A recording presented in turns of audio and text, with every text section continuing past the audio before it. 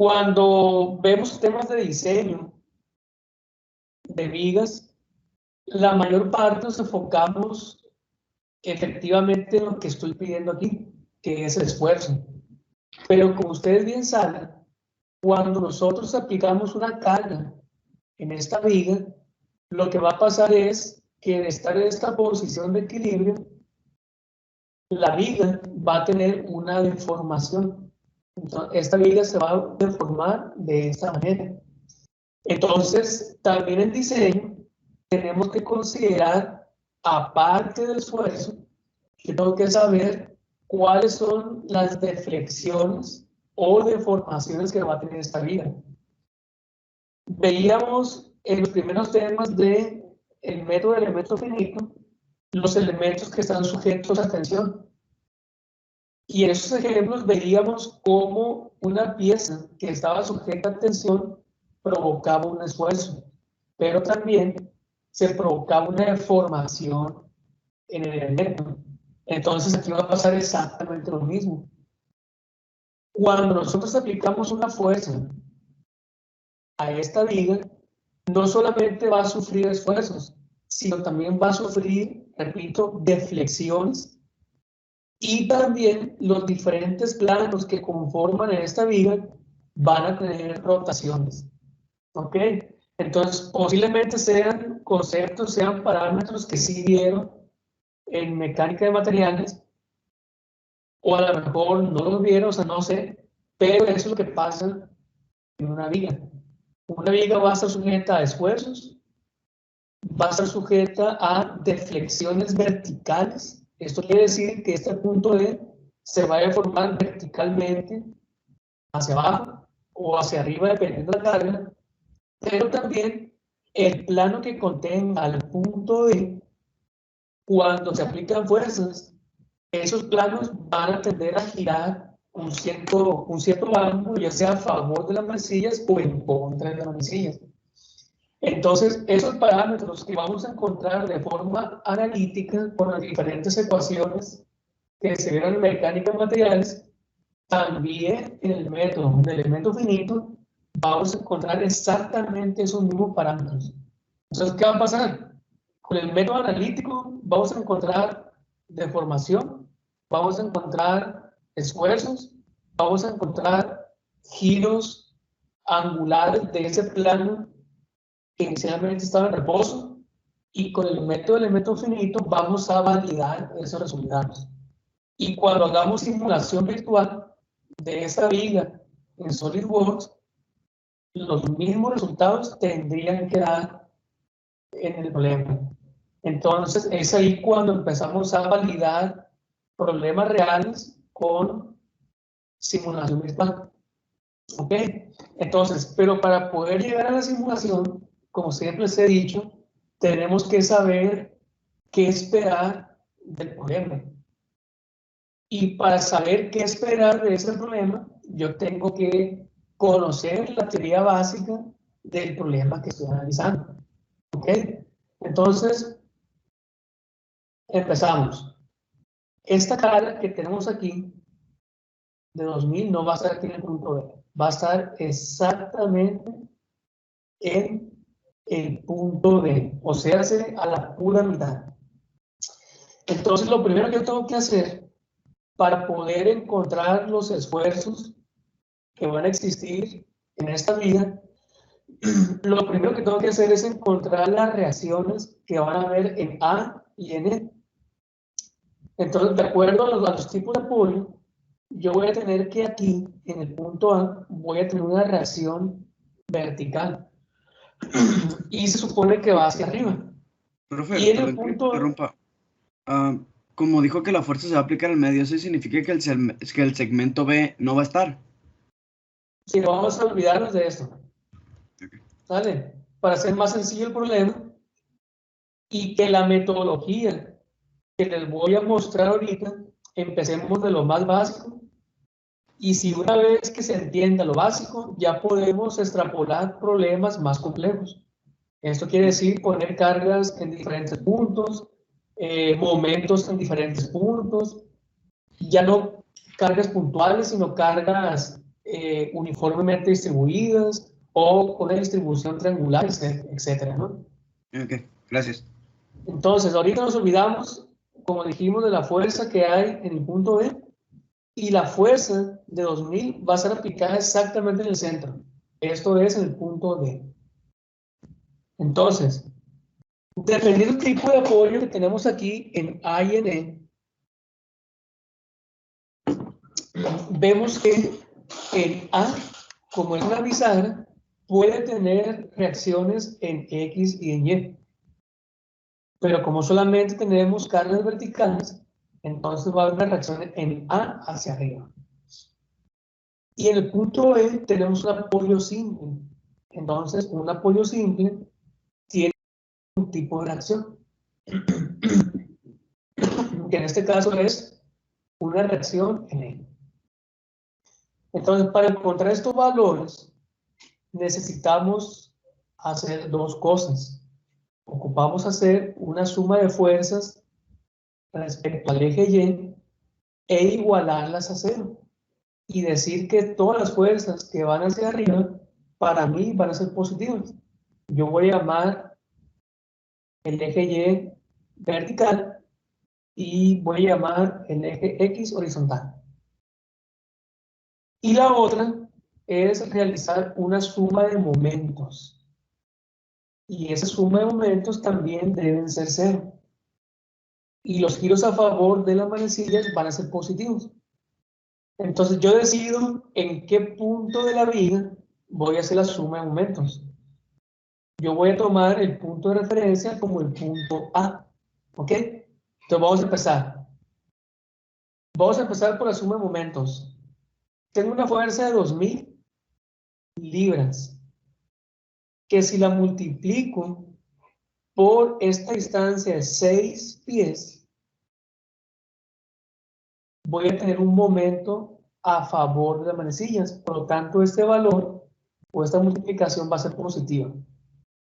Y tengo una fuerza, que es la reacción en el punto E, que si la multiplico por 12 pies, voy a tener un momento que va en contra de las manecillas, y eso es negativo. Y son todas las fuerzas. Esto es cero, y la reacción que voy a tener en el punto E, ¿de cuánto va a ser? Hasta el 2000 por 6 entre 12 va a ser 1000 libras. ¿Ok? Y como nos da positivo, la suposición que hicimos de que la fuerza va hacia arriba es correcta. Entonces ya con este valor hacemos la suma de fuerzas en Y. Reacción en A, que no la conozco, va hacia arriba y la considero positiva. La fuerza 2000 va hacia abajo y la considero negativa. Y la fuerza de RE va hacia arriba, por lo tanto es positiva, y esto es igual a 0. Y encuentro que RA también son 1000 libras. ¿Ok? Y eso es lógico, porque como tenemos las reacciones a la misma distancia, entonces se reparten de manera equitativa las fuerzas. Entonces yo tengo aquí que la reacción en A son 1000 libras y la reacción en E son 1000 libras. Entonces, esto que yo acabo de hacer aquí es un diagrama de cuerpo libre. Y de este diagrama de cuerpo libre, yo puedo obtener el diagrama de cortante y el diagrama de momentos.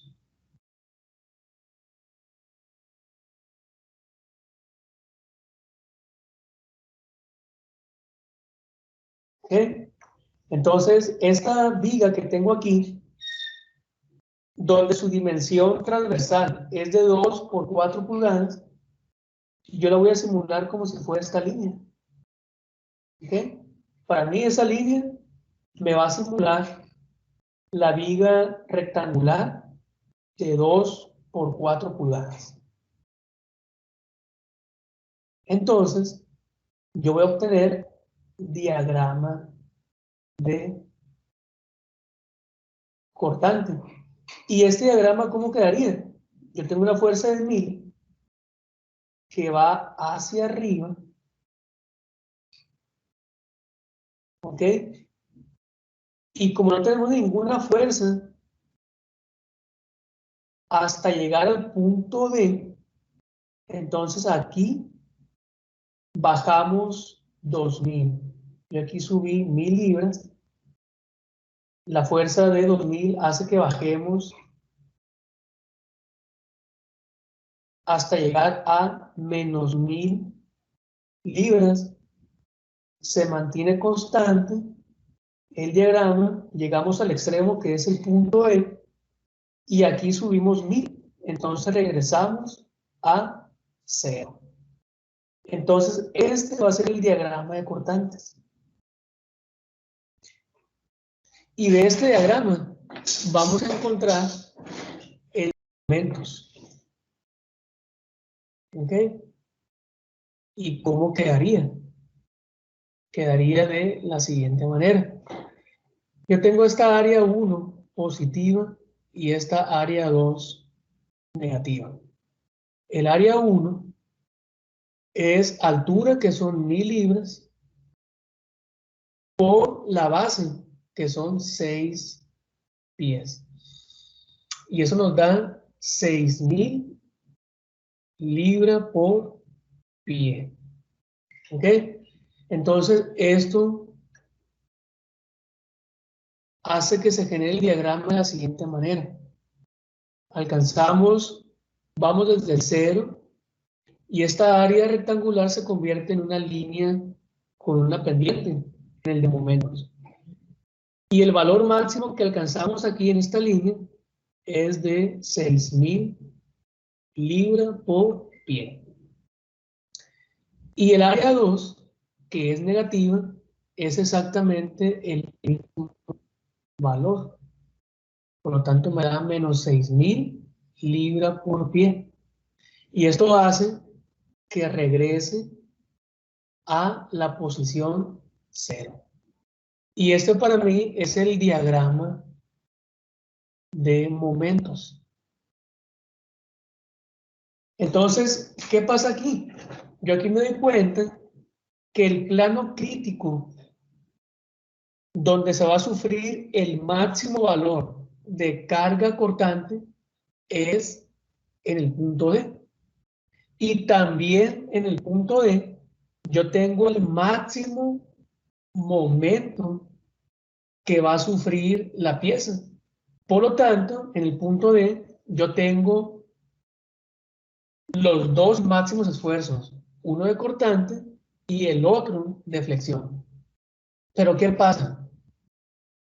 En vigas, eso es como una regla. En vigas, el esfuerzo por flexión siempre va a ser mucho mayor que el esfuerzo por carga cortante. Esto quiere decir que si la viga se pandea de esta manera hacia abajo, en la parte de abajo o en la superficie inferior, yo voy a tener ¿qué tipo de esfuerzo? Esfuerzo por flexión que provoca tensión. Y en la parte de arriba o en la superficie superior, yo voy a tener una compresión. Esto quiere decir que si yo pongo, por ejemplo, esto aquí y lo pongo acá en grande, voy a tener lo siguiente. Yo aquí tengo la viga en el punto D. Vamos a poner aquí. ¿Sale? Aquí está el punto D. Y vemos que aquí tenemos una flexión. Lo podemos ver aquí. Tenemos un momento. Y este momento que yo tengo aquí, si yo llamé X y Y, este momento es respecto al eje Z. Entonces, ¿qué va a pasar? El perfil de esfuerzos que ya hemos visto aquí otras veces va a quedar de la siguiente manera. La superficie inferior va a estar sujeta a una flexión máxima positiva y la superficie superior va a sufrir una compresión máxima. Las magnitudes de esos esfuerzos son exactamente los mismos. Entonces, este va a ser el perfil de esfuerzos. ¿Ok? Por esta razón, en la parte de abajo, que es este de aquí, va a ser el punto crítico. No va a haber otro lugar en la viga donde exista un valor máximo de esfuerzo que no sea en ese punto. O en la parte de arriba, que va a ser la compresión. ¿Ok? Entonces, ya sabemos la ubicación del esfuerzo máximo de la viga. Ahora vamos a calcular el esfuerzo de flexión en esos puntos, y esto es momento respecto al eje Z por C entre I. Entonces, en otras clases ya hemos visto estos conceptos. Yo aquí tengo la sección rectangular de la pieza. Este es el centroide de la sección rectangular, que mide 2 pulgadas por 4 pulgadas. Entonces, esta vista que yo tengo aquí de la sección transversal es la sección Y, Z. ¿Ok?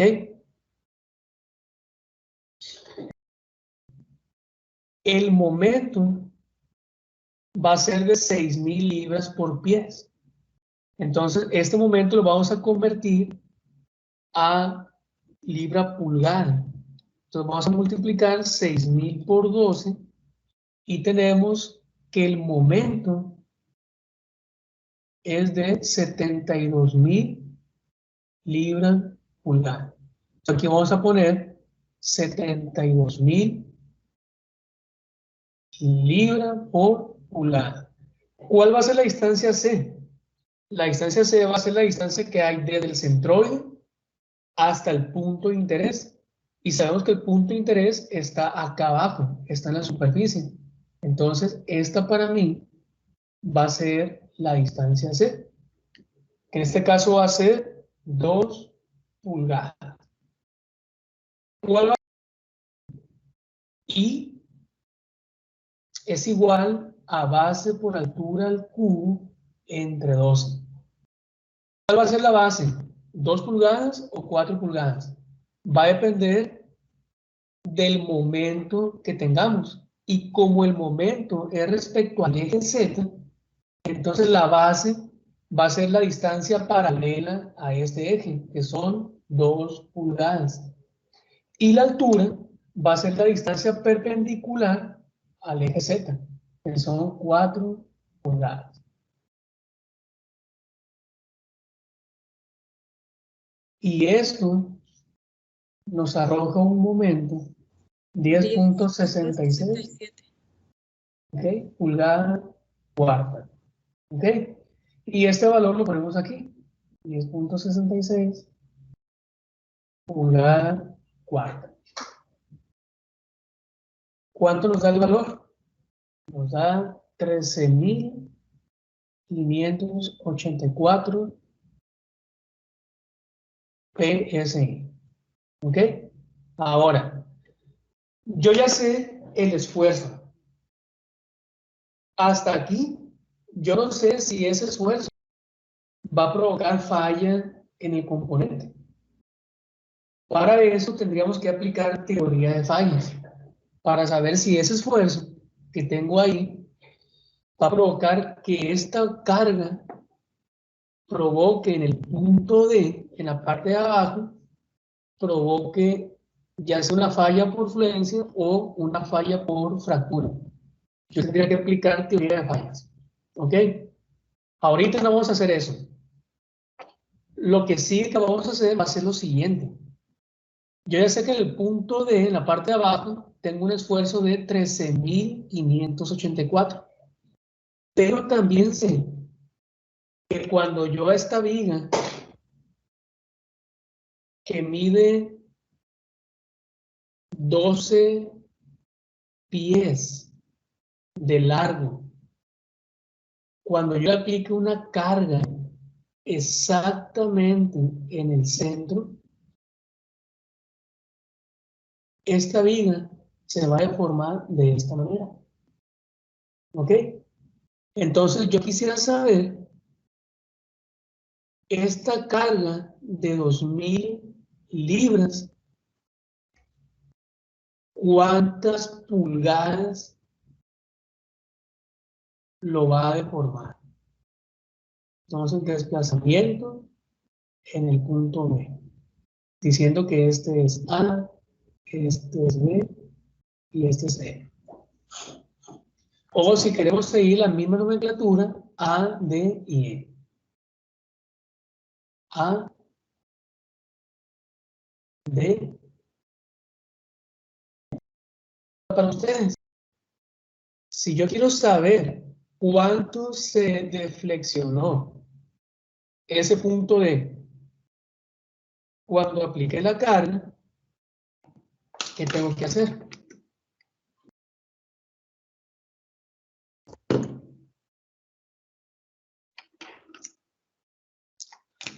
Hay un método que se llama el método de la doble integración. En ese método yo puedo definir la ecuación que me va a determinar la deflexión en un punto X de la viga. Es decir, yo puedo decir, yo quiero saber cuál es la deflexión de ese punto X. Entonces yo voy a determinar con esa metodología de la doble integración cuál va a ser la deformación de este punto X que está a una distancia X de este apoyo. O yo quiero saber cuál es la deflexión que va a sufrir este punto Y.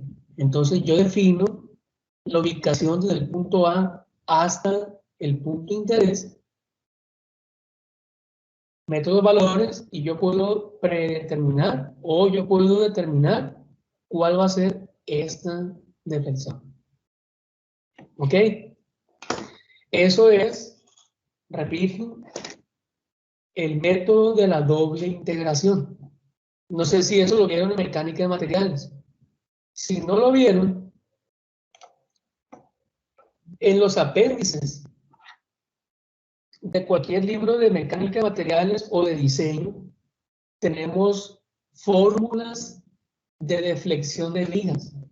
Entonces, esto que tenemos aquí, pues, esto que tenemos aquí, esta ecuación se obtuvo con el método de la doble integración. ¿Ok? Por ejemplo, yo aquí tengo una viga simplemente apoyada con una carga puntual, que es el problema que yo tengo. Entonces yo aquí, fíjense, aquí me dice que el punto B, que es donde se aplica la carga, yo voy a tener la máxima deformación. Y si yo quiero conocer la deflexión en cualquier punto que esté entre A y B, yo puedo utilizar esta ecuación. Entonces, esta ecuación que yo tengo aquí se encuentra con esa metodología. Ahora, si mi problema es una carga que no está exactamente en el centro, entonces yo no puedo aplicar esta ecuación, porque ya las condiciones ya son diferentes. Vean aquí que yo tengo una viga simplemente apoyada y con dos cargas en la viga. Y ambas cargas están aplicadas en la misma distancia A, del punto A y del punto B. Si yo tengo una viga que estoy diseñando bajo esas mismas condiciones, entonces yo puedo utilizar esas ecuaciones. Y aquí me dice que el punto E es donde va a estar la máxima deformación de esta viga. ¿Ok? Y así sucesivamente. Aquí tengo una viga simplemente apoyada, pero la carga es una carga distribuida, uniformemente distribuida. O yo puedo tener una viga simplemente apoyada con una carga distribuida solamente en el segmento AB. O yo puedo tener una viga simplemente apoyada, pero en lugar de tener una carga puntual, tengo un momento puro. Y así sucesivamente. Entonces, vemos que acá yo ya sé que la deformación máxima va a estar en el punto B. Entonces, deformación en el punto B. O si queremos usar la nomenclatura que tenemos aquí en esas ecuaciones, es desplazamiento en dirección B, porque para mí Y es vertical, corresponde a la deflexión máxima. Y la ecuación es menos P L al cubo entre 48 veces el módulo de yo entre el momento de inercia. Entonces, vean aquí, el esfuerzo no depende del material, únicamente depende de las propiedades geométricas de la pieza.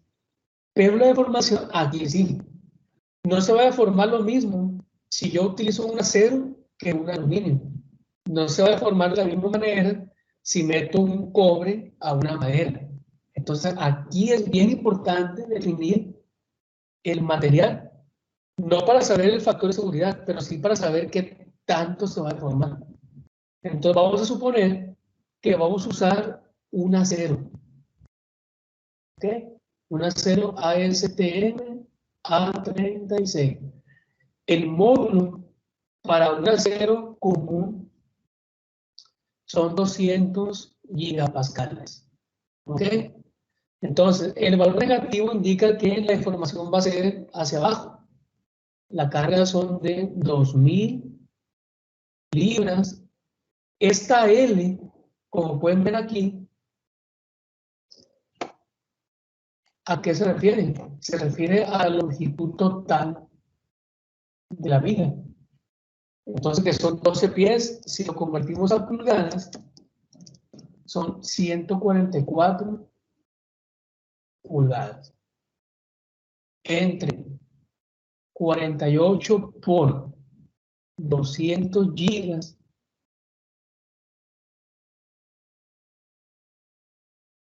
y la I es el valor que acabamos de encontrar, que son 10.6666 pulgadas a la cuarta.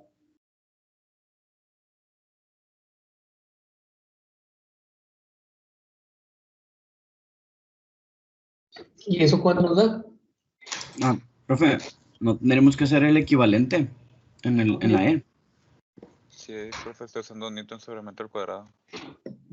Vale. Ah, sí, perdón. Vamos en PSI. Sí, cierto, perdón. Ando perdiendo.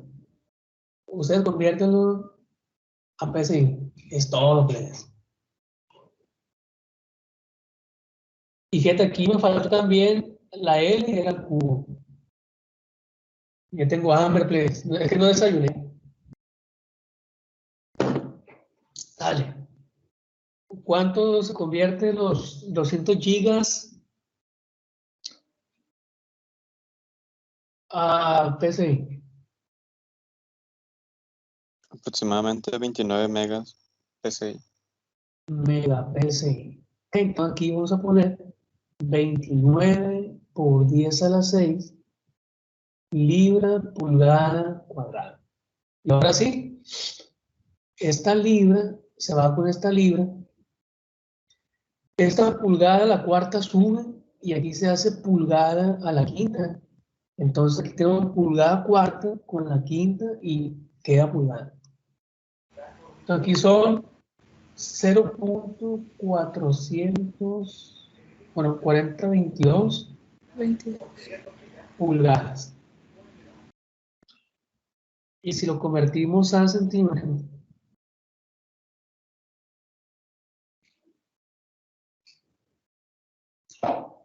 ¿cuánto sería?